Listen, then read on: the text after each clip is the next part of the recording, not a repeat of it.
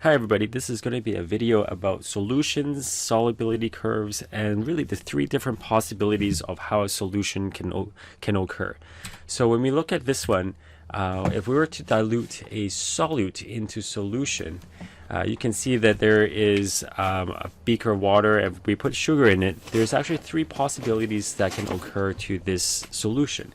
When we put a little bit of sugar in it, we can have the solution first dissolve more. If we continue dissolving more sugar into it, it will reach to the limit of the amount of sugar that can dissolve into solution. So we have reached a maximum amount, so that's another possibility. And we can also actually dissolve more than possible. So that's another possibility. And let's talk about that. So if a solution can dissolve more, that's what we call it unsaturated. That means that more solute can be dissolved into the solution. That's just like putting a teaspoon of sugar in a big cup of water. You can dissolve more. Another scenario is that it's called saturated. This is where you dissolve as much as possible. That's the maximum limit of a solution, and you can't dissolve any more. And lastly, you have something called supersaturated solution, where you dissolve more than possible. So the question here is, how do you dissolve more than possible if the saturated is the maximum limit? So think back the last time you had a cup of coffee or just dissolve Kool-Aid. How do you dissolve more stuff? You might think of having increasing the heat. Increasing the heat is really the solution to this. So if you look at this, there's the three different possibilities. So right now, if we were to look at this green bar as the line, let's just say that this is my saturation point. So right here, this is my saturation point. So no, I cannot dissolve anymore. And then anything that's underneath this amount, that's my unsaturated. So if I were to look at that beaker, that's just adding either 1 spoon. So if I have a beaker right here, I can either add in just a little bit of my solute, so that's my unsaturation. I can add a little bit more, that's the unsaturation, until I reach my saturation point where this is the maximum amount. So how do we get something that is called supersaturated? So in order to get my supersaturation point, like I was saying earlier, you have to heat this up with a heat source. So when you heat up the solution, this is going to heat up, molecules move faster, and as molecules move faster, these solutes can dissolve in solution a little bit more. So how do we get to this point? So if we were to look at this solubility curve, you probably have seen this. This is a standard solubility curve. This is looking at the temperature across competing against grams of solute. Oops, I'm just kind of highlighting over this. This is grams of solute in 100 grams of water. So when you see 100 grams of water, that really just means 100 mLs of water, because this is, if you were to use the density equation, this is just 100 mLs of water. So if we look at this again, if this is my saturation point of these bars, remember this saturation point, supersaturated, unsaturated of a solution depends on the temperature. So if let's say that my middle one is at 20 degrees, so this is at room temperature, you can put anything underneath this amount. So this is my saturation point. Anything underneath this saturation point will be unsaturated. And as you increase the amount, if you were to increase your heat to say 50 degrees, well, now your saturation point is no longer at this point, it will be at this point. So this is my new saturation point.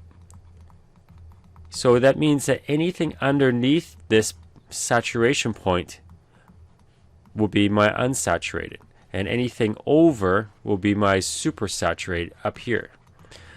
And then what about if I were to have a lower temperature? So let's say that this is 5 degrees Celsius.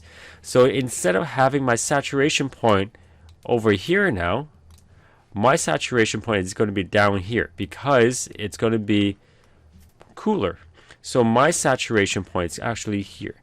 So you can see that if I were to connect these lines, you would actually have a little curve. And this is what they call a solubility curve right here. So all of these are different compounds with their solubilities at different temperatures, because this is all at different temperatures. And anything underneath this curve, that will be your unsaturated, and anything on the curve will be your saturation point. So if we were to look at this, anything on this line, that would be your saturation point. That's the maximum amount that you can dissolve. This is your saturation point. That's your saturation curve. This is the maximum amount. And anything under this curve right here for potassium chlorate, anything under here, that's your unsaturated. So how do we get supersaturated? So if we were to look at this one, let me just look at potassium chlorate. Potassium chlorate at 80 degrees is at this point. So if we look at all the way over here, that's about like 43 grams of potassium chlorate that we can dissolve at 83 degrees Celsius.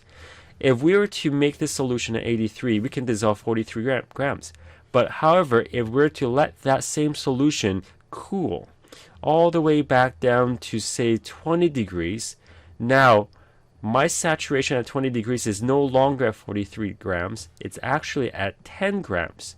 So you can see that there is a difference of 43 minus 10, that is 33 grams that is overly dissolved in my solution. That's what they call supersaturation. So in supersaturated, you actually have to heat it up, then let it cool slowly to get to wherever, and whatever that the difference is, that's the extra amount of solute that you have. And if you look at this solubility curve, all of these complete lines are solids. That makes sense, because if you think the last time you dissolved sugar or salt, that as you increase the heat, you're going to dissolve more. But then if you were to look at the dotted lines and look at the patterns for the gases, gases are the only ones that are opposite. Look at this ammonia one.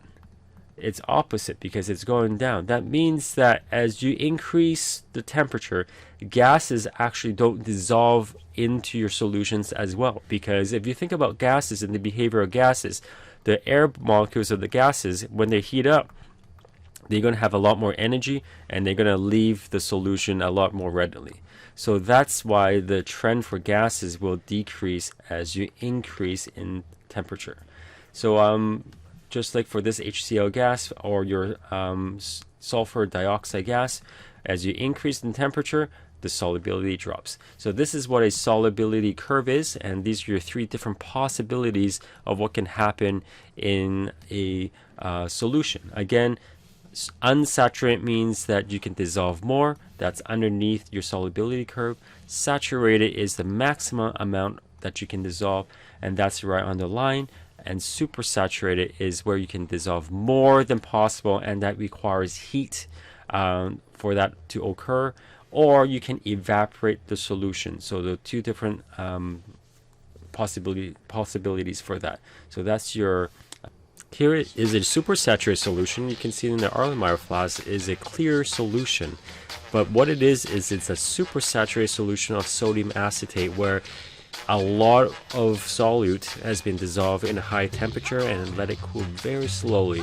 And as you pour it into this plate, it disturbs the structure of it, and the extra solid actually comes out of the solution, creating this sort of a crystal solid phenomenon. You can see that this is a supersaturated solution with sodium acetate.